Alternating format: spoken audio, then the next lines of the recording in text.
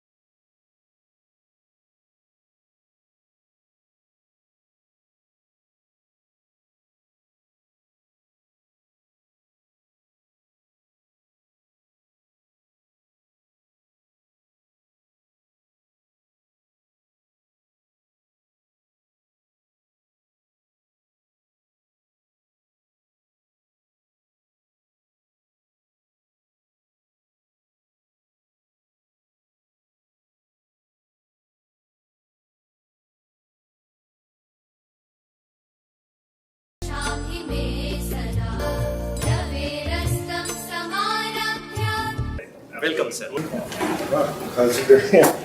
Yes, anyway. Hello, team. A special guest for our all of you. Please be seated. Yes, Ratna. I can start. Absolutely. Please be seated. So first of all, thank you for having us here. It's very delightful to see you here. So my question is see, the technology is growing very fast. And we also know that how keen you are in shaping our state as an AI frontrunner. So what is the role of AI in governance and public services? How many of you use AI? You use it beyond the prompt, or you really harness the value of AI?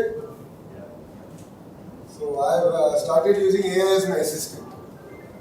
So it goes through my calendar, prepares summaries, preparatory documents, gives me a week summary of where I spend how much time. So AI is here. AI is going to change the way we're going to work. No second thoughts about it. The question is, are we willing to embrace it, or are we going to resist it? I think this is what we have to go with. And every industrial revolution has created more jobs than it has always replaced. And that's been the case historically. In multiple industrial revolutions, India has resisted change. And that is when we lost opportunities. But Industrial Revolution 3, which is the IT revolution, we embraced. So all of you have a job. Similarly, I believe AI is going to be here. AI is going to change the way we're going to work. Is government using AI? Absolutely. Is government using AI at 100%? Absolutely not. So I believe that we're just about trying to understand how can we use AI better in governance. So the biggest thing is delivery of welfare. How can I use AI to ensure that the rightful get all the welfare schemes, and not people who are already well off or who are the upper part of the society don't get? How do you ensure that? How can you ensure that the government orders that we give, based on the historical court legal litigation, that this order will stand the test of time and legal scrutiny? So we have started using AI in that sense. So the governments also have to choose. There's just so many use cases across the world and across different departments. Education itself has 10 use cases. I have to choose what are those 20 use cases, I'll give 80% return. And that's where I approach. Thank you. Another one is in this vast technical ecosystem, what did you feel like, okay, this trend might have existed in your college or outside? See, technology trends will come and will go, or will become obsolete. For me, college was more about learning from my friends, building a strong peer group and friendship. That always lasts for life. So I think all of you here as colleagues also will end up building deep relationships, bonds. And these are things that you remember for the rest of your life. This won't change. Yeah. The human connection won't change. The router will get outdated, the Wi-Fi router will get outdated. AI, there'll be who knows what will come next, right? Technology will always evolve, but human connections will always remain constant and strong. So as you go about, building your career, don't forget your friends, your family, and your colleagues. Collaboration makes all the difference. That's what I think. Thank you. Thank you so much. With all due respect to my other states, I don't think any state has a quantum ecosystem. With all due respect, with all humility, I'm saying it. Because, see, it's not just about the quantum compute capacity. That's not what we are trying to achieve in Andhra. The idea is, how do I go end to end? How do I do research? How do I transform education curriculum? How do I build use cases? How do I get the computer? Then eventually, how do I also get the guys who manufacture it? It could be the cryogenic, material sciences. See, the biggest question that we ask ourselves, we want to build an indigenous, world-class, India-researched quantum computer. We don't have material sciences. India, all of us choose IT and AI, but we don't choose material science. I need material science engineer.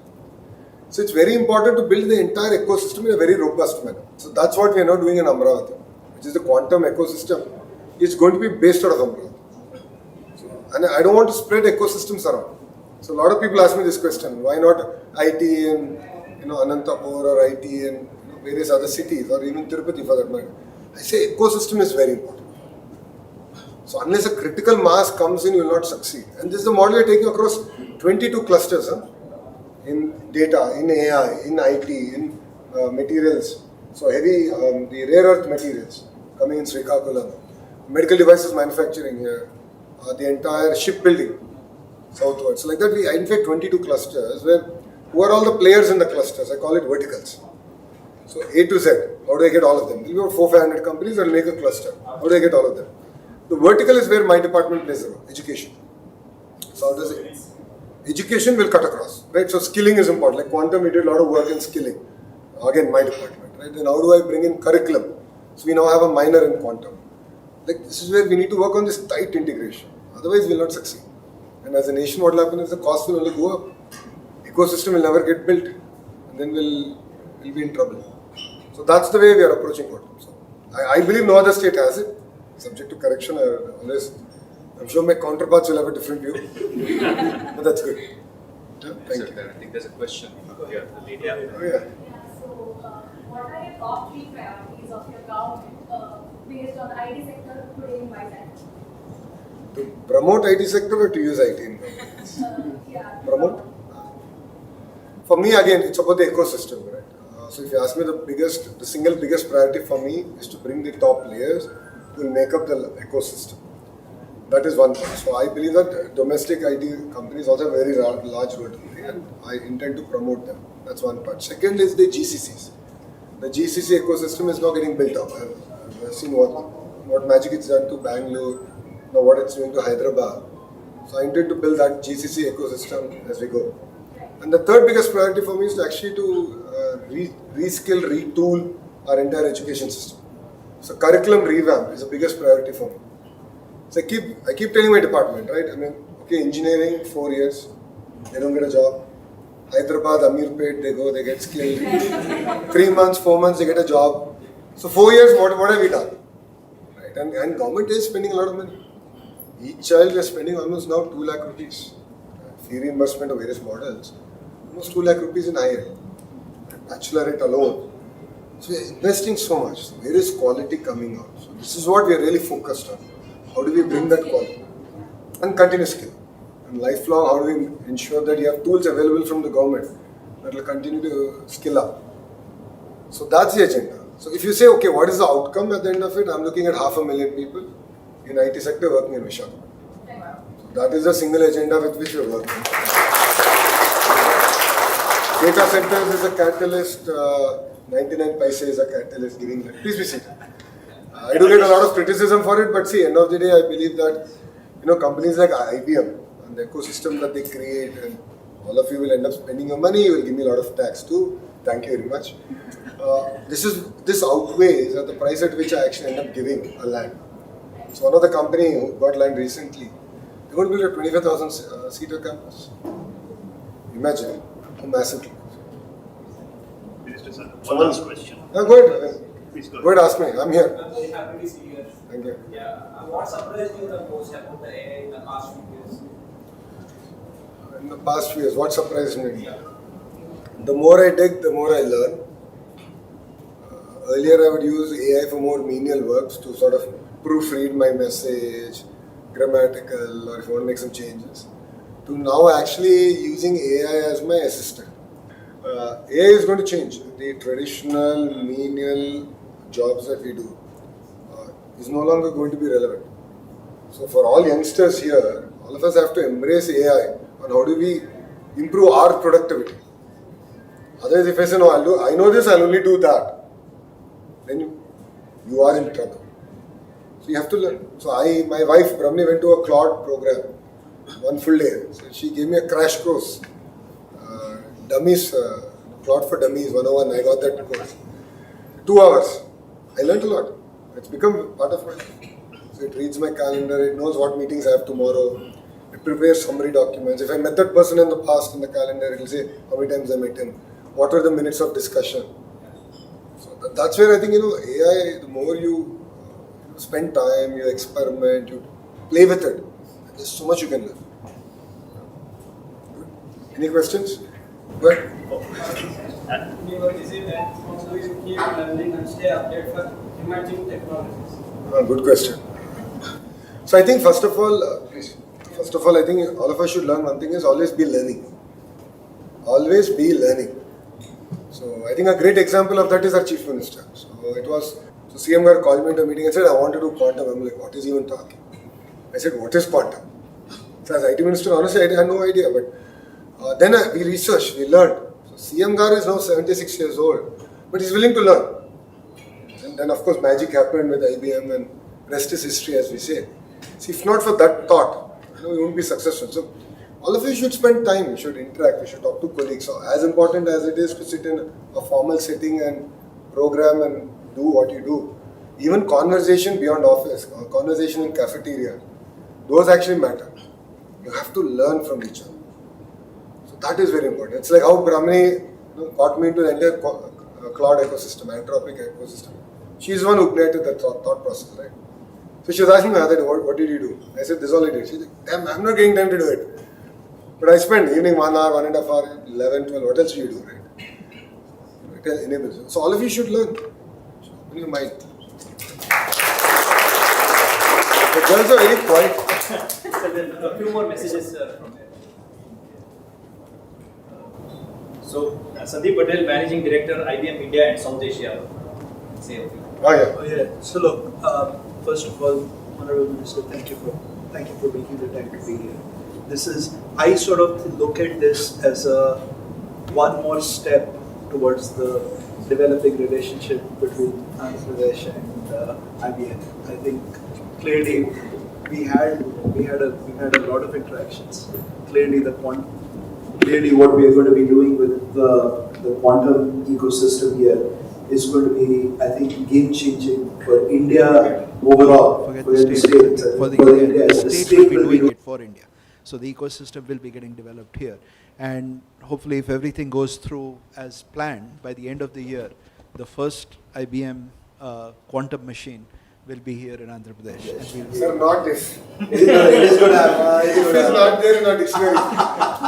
Because the CM asked me, when Bogapura airport got opened, I know. I flew back with the CM and he was asking me, when is the computer coming? Building kab ho jayega. So we get into So as soon as I think now all the clearances are done, and we will have that here.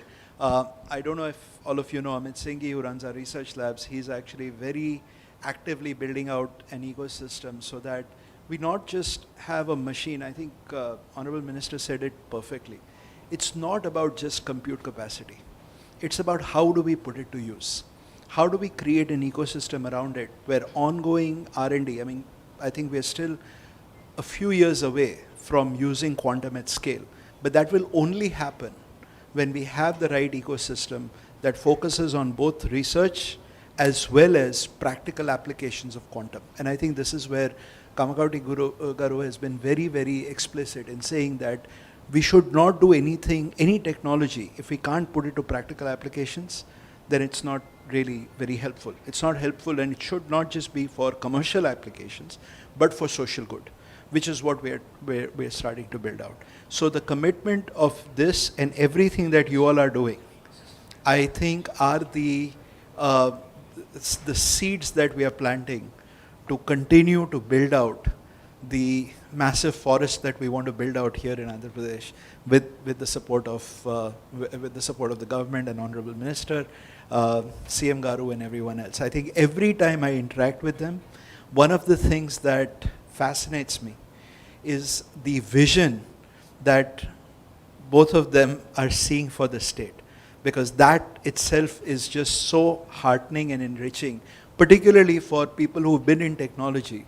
I see this as a way for us to really, help them achieve their vision. That should be all of our objectives as well, as we continue to bring technology, because I truly believe that we have lived in India with this notion that we build and drive innovation in India, for India and the world. And that should continue to be our focus and drive. So thank you, sir, for being here and encouraging all of our folks in what we are doing in the state. Yeah, just a few words. I'm the research guy, and it's not common that you find the research guy walking the government corridors. But why does it happen here? I think that's what was remarkable is we talk to a lot of states and ecosystem players in India, but the one state that keeps the researcher on his toes is Andhra Pradesh. Which makes it very interesting, Our teams are so excited to bring what they know about the technology to something that actually impacts real situations in India, not just Andhra Pradesh actually. Amravati is going to be a hub for the entire country and for the world. There's a lot of excitement outside IBM about it. We are also doing some things around AI with the AP government, trying to shape a concept of an AI stack. There also we see, always the bureaucrats in the government are staying steps ahead of us. They are bringing other ecosystem players, and we are saying, oh, you thought of this, let's now work together on that. So it's really remarkable that at the leadership level in the state here, there are people who are committed. And many times people ask me, why are you bringing the quantum machine to Amravati out of all the places? There's no magic. There are many places in India who in theory would have really liked to get it. And there's a lot of heartburn now, I can tell you that. But they don't have Mr. Naidu. They don't have Mr. Naidu, and then because of that tone he sets, everybody around him gets engaged. What Sir said about being a constant learner, I think that tone really I see in the government. And the commitment to make it happen, not just to cut the ribbon. And that's what I think convinced us, convinced TCS, convinced L&T, convinced DST. We had this meeting, I remember, in February last year, where CM spent 2 hours with us. I was very surprised, really thinking through, okay, how do we make it happen? These things convince people to come and invest meaningfully.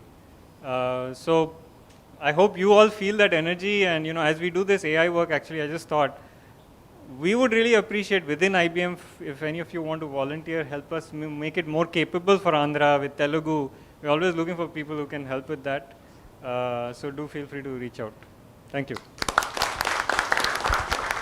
So, good afternoon everyone, and good afternoon Honorable Minister.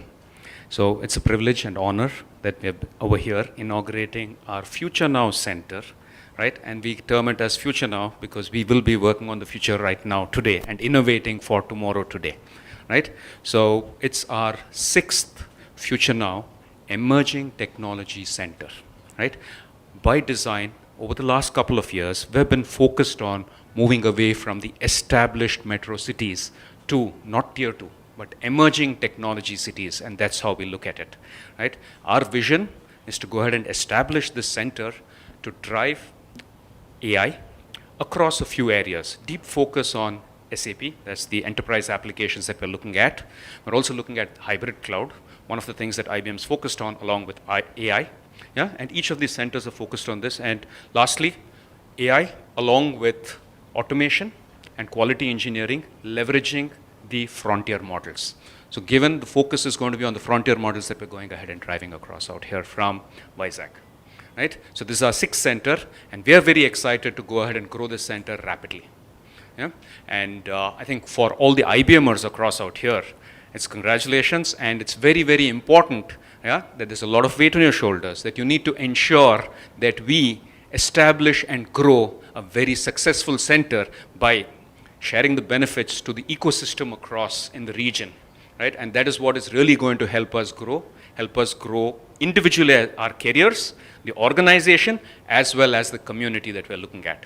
So congratulations, everyone, and thank you, sir, for coming over here and inaugurating the center. Thank you. Thank you so much for the messages, leaders and the Honorable Minister. We'll have a small felicitation. So before we finish, the last point is a very important point. What did he say? What did sir say? All of you forgot already. Stand up and tell why. One more point is, the future of the center depends on whom? Us. On whom? Us. Tomorrow don't blame me if you don't work. I have all your pictures, I'm going to put it out. If anything happens to IBM, you ought to be blamed, not me. I have done all the hard work. Now time for you to do it, okay? So when they're really excited to grow it, but it depends on how this journey goes. Make us proud, yeah? Thank you very much, guys. Thank you. Come on.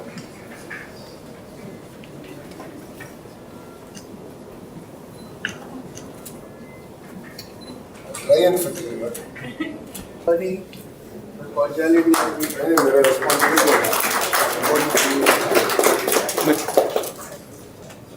Tree. So we have planted a sapling. So this is so you can watch it grow virtually. Very exciting. Oh, like this.